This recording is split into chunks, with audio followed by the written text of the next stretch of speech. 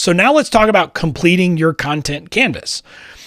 At this point, you have the tools to fill in the content strategy canvas for your business, and that document is going to change over time. I don't want you to think of it as, hey, I do this once and I'm done, but you should be doing it and kind of revisiting it as things evolve in your business journey and figuring out, okay, have things changed? Do I need to really change how I'm viewing, my awareness content, or do I need to change the platform I'm going to use for X, Y, or Z?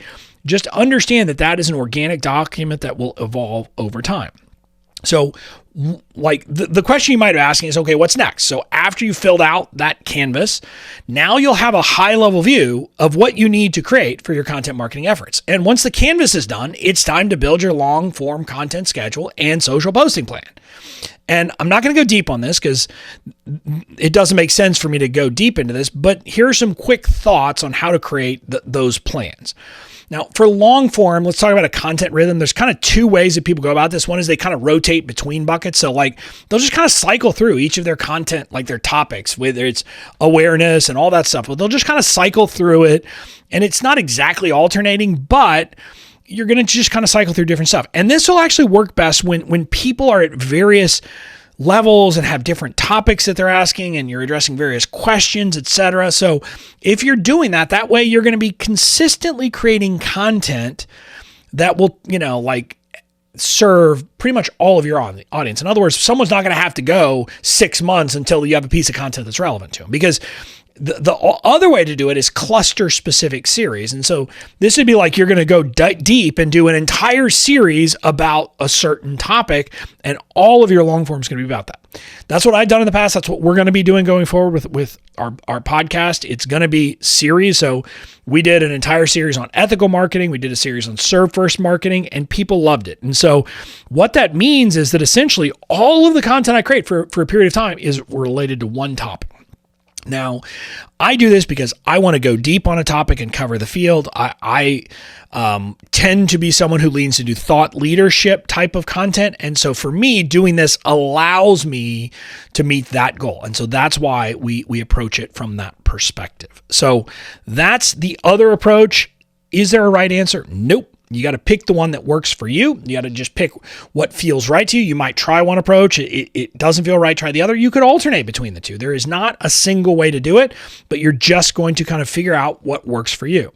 Now, the other thing, though, I wanted to talk about is while you can definitely go through seasons for one content channel, just make sure that you're consistently creating content to meet all three objectives. So again, if you're into a series and a season where you were really doing deep dives on authority content on your long form, just make sure that there's something to continue to be the awareness content out there so that you're continuing to do that. So that's kind of a caveat I wanted to give you there.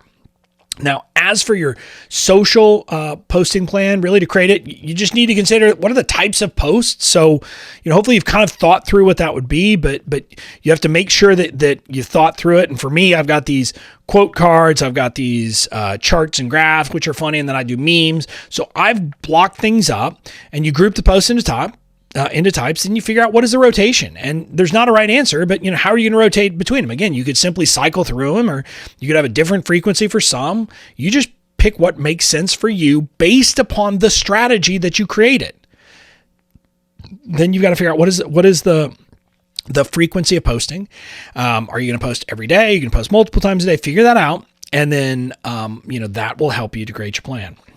And what I want to tell you here is that don't overthink this. Just create a posting plan for each social channel and then get started. The magic will come in reviewing the results after you start and tweaking your plan based on what's working for your audience. So ultimately, the magic here isn't in creating the plan to start with. It's in creating the plan, putting it out there, and then modifying it and reacting. And if you find that certain posts are not working, and like every post that's that style or that type doesn't work, then don't do it.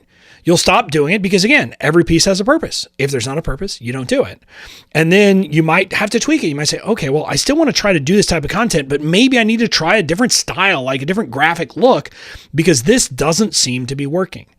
But it's in the iterating that you'll find the real gold, not in putting out the content in the first instance. So create a plan, don't overthink it, get it out there, see what happens, and then tweak based on what you're seeing. So that's it. That's the end of the training. You've reached the end, and now you have a sense of how to create your content strategy, and that should serve you well.